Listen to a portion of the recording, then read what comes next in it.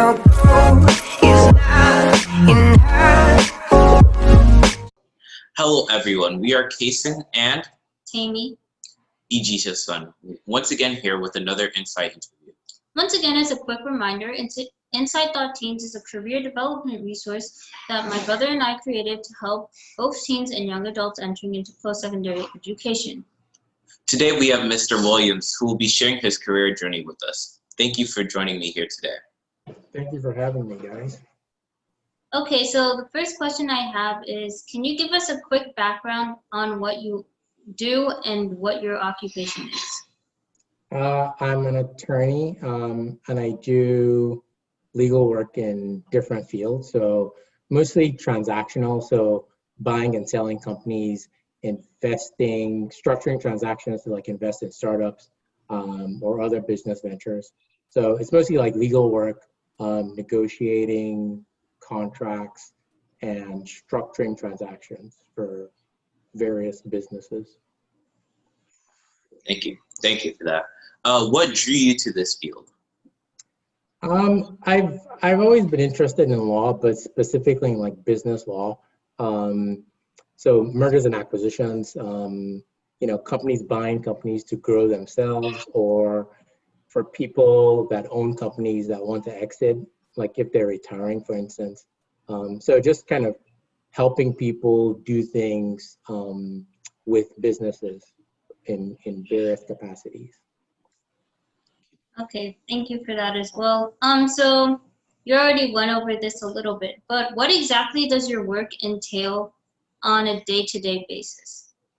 So it's mostly negotiating business deals. So for instance, if I have a client that's looking to buy a company, we would investigate the company that we're looking to buy. So somebody on my team would be doing what we call due diligence, looking at their contracts, looking at any lawsuits they have, any other issues that they have, just to figure out what's going on with the business.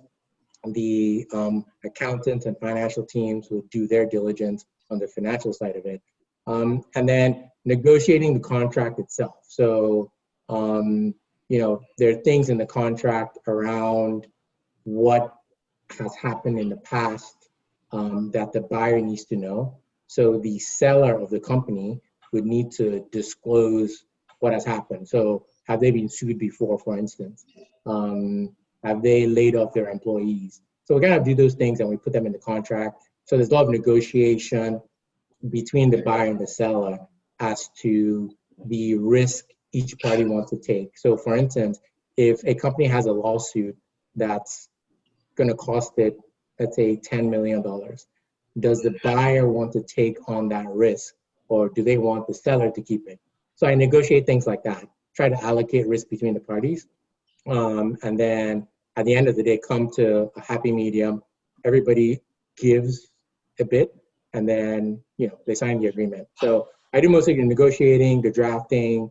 I'm just like counseling different clients. So if I'm representing someone that's selling a company, my counseling is different from if I'm representing somebody that's buying a company. So my day-to-day is typically, it's mostly like being on the phone, talking to people, doing a lot of drafting, and then trying to close the deal. Thank you. Next question. What is your education from like high school to your degree? So obviously after high school, college, so I got a bachelor's in computer science. I worked for about 4 years doing consulting, like some developing and coding. And after that, I went into law school. And then I did a joint degree in law and business. And then I started being an attorney after that. So that's just really undergrad interesting. and school. I was just going to say that's really interesting that you mentioned. Did you say you got a computer science degree? Yes, my other. Can you talk a little bit about why you got that degree and why you chose to go into law after getting that degree? So computer science, I was always kind of like technical, like growing up. So I knew I wanted to do something with that. So, so studied that. also wanted to do some coding, so get the experience doing that. But long term, I always wanted to go into law. So it was kind of like two passions that I had. I just did one before the other. All right, thank you for that. Okay, next question. What challenges have you faced because of your race in your current occupation? Because of what? Your race, or like as a black male in law, did you have any challenges or anything like that? Yeah, I mean, just it's a bit different because I don't really have any one that looked like me that had gone through what I was planning to go through. So climbing up, in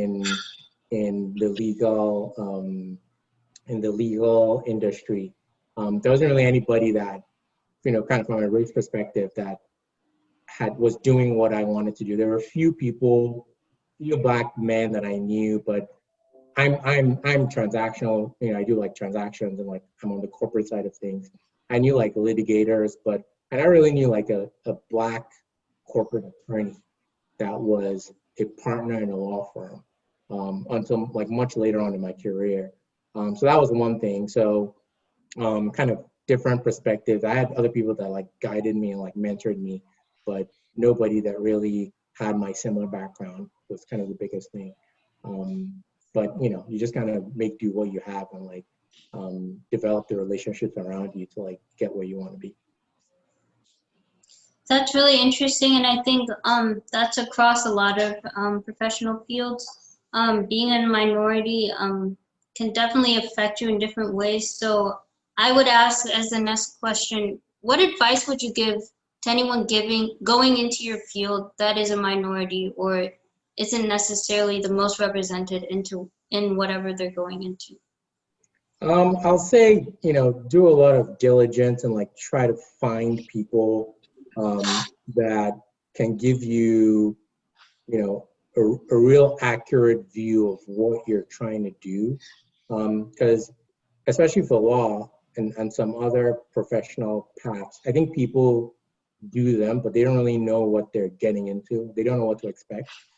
So a lot of people quit because it isn't really what they don't really know what they're getting into, basically.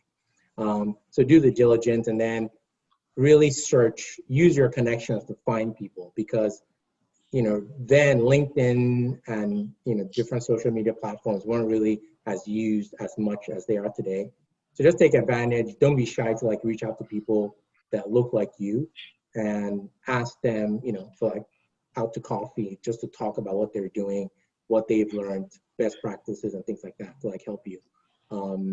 It's better to like than just doing it and then kind of trying to figure it out on your own because it may not even be something you want to do, but asking people, ask the questions, people that are minority professionals like you or people that are minority career path that you're looking to do can really help you make the right decision and better prepare you for what you want to do. So even if it's not just a career, even if you're preparing like studying for like the LSAT, MCAT for med school, or any other standardized test, they can like guide you as to what to expect and help you frame your mind and help you better prepare. So it's really important to like take advantage, leverage your relationships that you have through your family, your siblings, your friends to like, get you to the right place. Thank you for that advice. Next question. In this uncertain times where COVID-19 has changed all of our day-to-day lives, how has it affected your work and how you carried out your practice?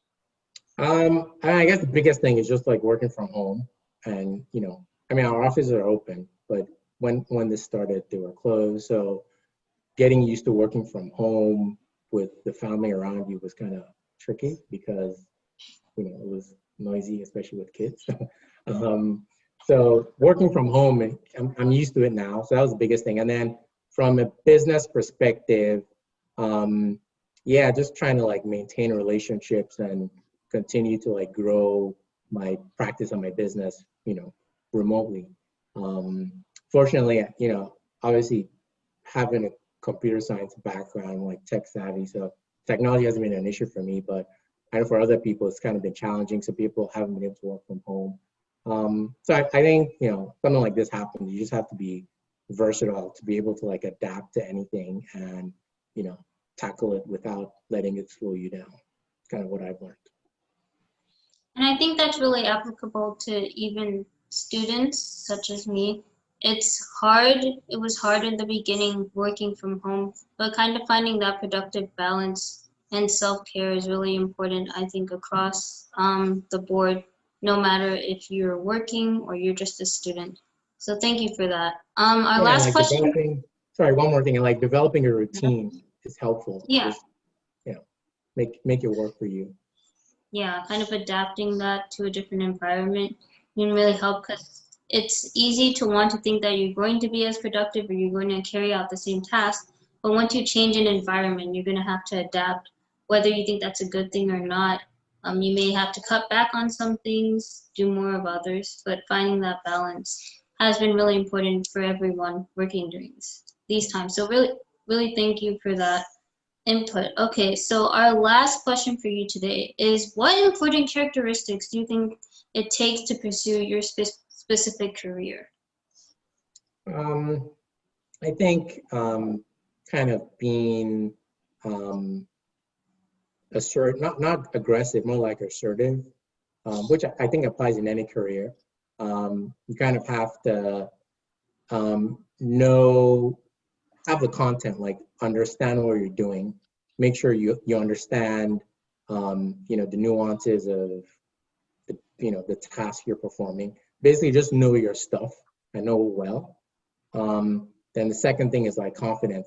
Once you know what you're doing, it's easy to be confident. But you're gonna run into people that they don't really know what they're doing, but they're confident, which kind of can be a dangerous combination. But you want to be one of the people that knows what they're doing, and then you're confident because you know what you're doing.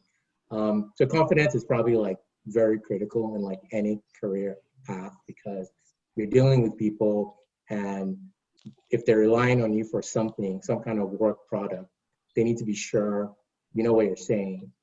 So that so the confidence, being bold, being competent, which is knowing your stuff, and just learn to be a good people person because there's no career path that involves robots. You're dealing with people, not robots, in whatever you're doing. So you need to be a good people person.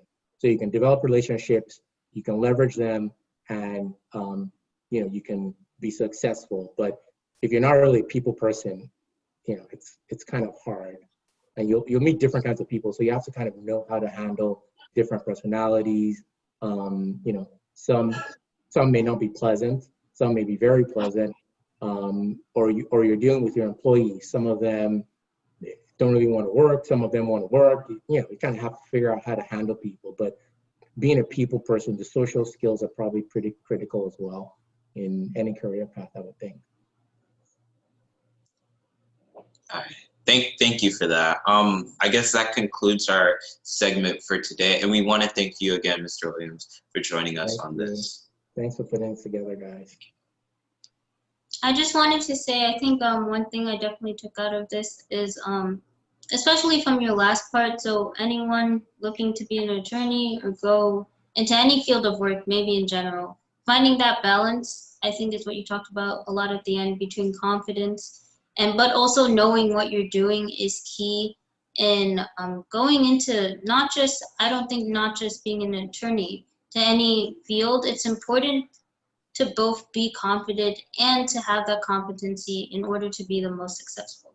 So thank you for sharing everything you have with us today, and we really appreciate you taking your time to be with us here. So thank you once again. Thanks for having me, guys. All right, thank you guys so much for listening into our interview today. I hope you enjoyed it as much as we did. Make sure to follow our Instagram page at inside.teens and contact inside.teens@gmail.com for any inquiries you have, and look out for our interview coming up next week. We're really sorry that this went up a little later than usual, but we hope you still enjoyed it. All right, see you next time.